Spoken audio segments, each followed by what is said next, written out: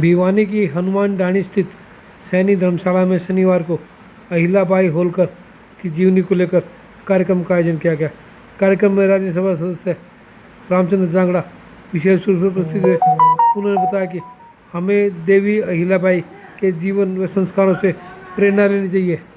उन्होंने कहा कि पहलगांव में भी यदि युवाओं को अग्निवीर जैसी ट्रेनिंग मिलती तो निश्चित रूप से कैजुअलिटी कम हो सकती थी और अगर महिलाएं आगे आती तो आतंकियों को मार गिराया जा।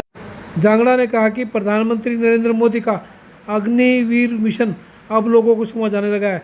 यदि हर आदमी अग्निवीर जैसी प्रशिक्षण लेकर काम करेगा तो निश्चित रूप से आतंक की घटनाओं पर विराम लगाया जा सकता है। लेकिन भारत के रक्षा क्षेत्र में जितना भी वायुमंडल के अंदर हमारा रक्षा का सिस्टम था, उसने एक एक हथियार को इंटरसेप्ट करके उनके ड्रोनों को, उनकी मिसाइलों को वहीं पर आसमान में नष्ट कर दिया। एक पैसे का नुकसान हिंदुस्तान की धरती के ऊपर पाकिस्तान की हिम्मत नहीं आपको कर। वहां पर जो हमारी वीरांगनाएं बहन थी जिनकी मांग का सिंदूर छीन लिया गया, अगर उन्होंने अहिल्याबाई का इतिहास पढ़ा होता तो उनके सामने उनके पति को कोई निरपराध इस तरह से गोली नहीं मार सकता था, चाहे वो भी शहीद हो जाए। वीरांगना का भाव नहीं था, जोश नहीं था, जज्बा नहीं था, दिल नहीं था, इसलिए हाथ जोड़ के गोली का शिकार हो। इसीलिए ये संग्राम का इतिहास पढ़ाने की परंपरा भारत देश में 2014 के बाद हमारे यशस्वी प्रधानमंत्री ने शुरू की, ताकि हमारे देश के हर नारी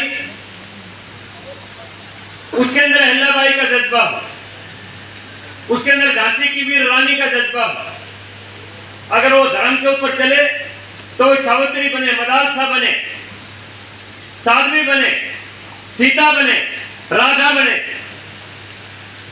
अगर वो शौर्य के मार्ग पर चले तो अहिल्याबाई बने, वो झांसी की वीर रानी बने।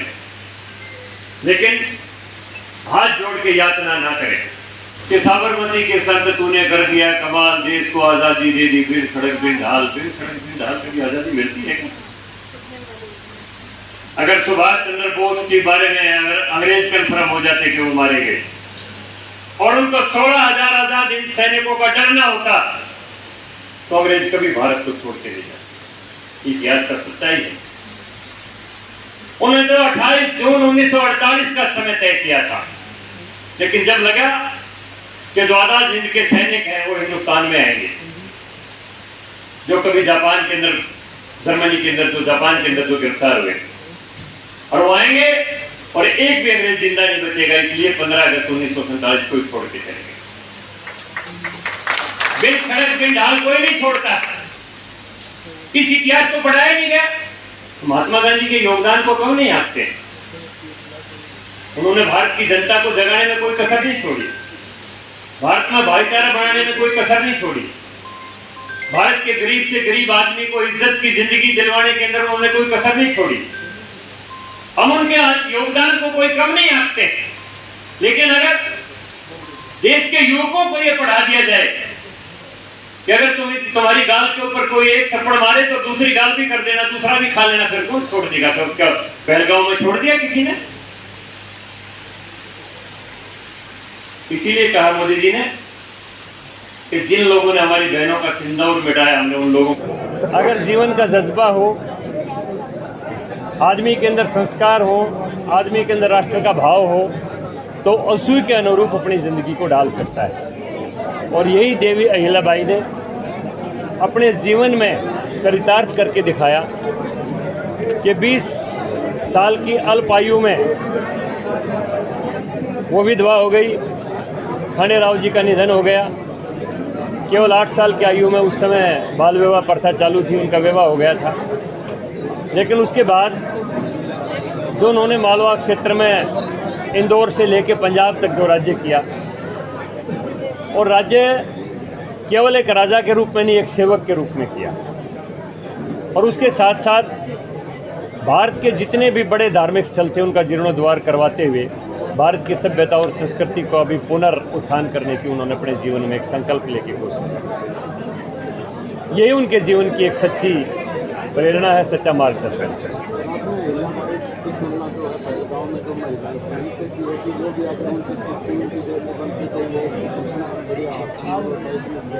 बिल्कुल लड़ना चाहिए था, मैं मानता हूँ लड़ना चाहिए, और लड़ते तो कम शहादत होती और वो भी मारे जाते। बिल्कुल लड़ना, हाथ जोड़ने से कौन छोड़ता है? वो तो मारने के लिए आए थे, वो तो आतताई थे, आतंकवादी थे, अत्याचारी थे, उनके दिल में दया थोड़ी थी। कितने हाथ जोड़ ले, उनको छोड़ना थोड़ा था। अगर उनके साथ टकरा जाते तो कुछ ना कुछ कम कैजुअलिटी होती। यही तो अग्निवीर योजना प्रधानमंत्री जी ने चलाई थी। अगर वहाँ का हर पर्यटक अगर अग्निवीर होता तो मेरी समझ में उन उग्रवादियों को घेर लेते, कम कैजुअलिटी होती। हाँ? क्यों नहीं? देवी अहिल्याबाई क्या थी? महिला थी ना। रानी झांसी की लक्ष्मीबाई क्या थी? वो महिला थी ना। उन्होंने कितना टकराव किया, कितना मुकाबला किया। हमें यही तो भाव जगाना है अपनी बहनों के अंदर कि वीरता के भाव से रहे। तो बांग्लादेश है, उधर मालदीव है, नेपाल है, कोई भी देश साथ नहीं है, तो क्या कहेंगे विदेश नीति को कैसे जस्टिफाई करें? देखिए, बांग्लादेश, मालदीव, तो ये तो बहुत छोटे छोटे देश हैं। और जहाँ तक बात है विश्व की जो शक्तियाँ जिनको मानते हैं, जो शक्तियाँ जिनको विश्व की मानते हैं, उसमें अमेरिकन राष्ट्रपति ने भी आखिरी में ये कहा कि मेरी मध्यस्थता नहीं थी, ये हिंदुस्तान का द्विपक्षीय मामला था। और जितनी भी बड़ी शक्तियां जिनको कह सकते हैं, किसी विशेष देश का नाम लेने की ज़रूरत नहीं, यहाँ तक के जो यूएई के देश हैं, उन्होंने भी भारत की जो नीति थी उसका समर्थन किया है। कि उग्रवाद के खिलाफ जो भारत ने एक्शन जो लिया है उसका हम समर्थन किया। पहलगाम हमले में सर सिंदूर ऑपरेशन भी चलाया था। पहलगाम हमले में आतंकवादी थे जो ना पकड़े गए ना मारे गए, क्या कहेंगे सर? केवल आतंकवादी नहीं, उनके सरगना भी मारे गए। कौन थे सर? कहाँ पता चला? पकड़े भी नहीं गए। देखिए, बात ये है, पकड़े ना गए वो अलग बात है, लेकिन जहाँ उनके ठिकाने थे, जहाँ पर उनको ट्रेनिंग मिलती थी, उनको पूरी तरह से नेस्तनाबूद कर दिया। और केवल आतंकवादियों को नहीं, उनको संरक्षण देने वालों को, उनको ट्रेनिंग देने वालों को भी मार दिया भारत की सेना ने। आतंकवादी को मारे जाने की बात है, 3 से ज़्यादा नाम भारत सरकार ने, क्या मानते हैं?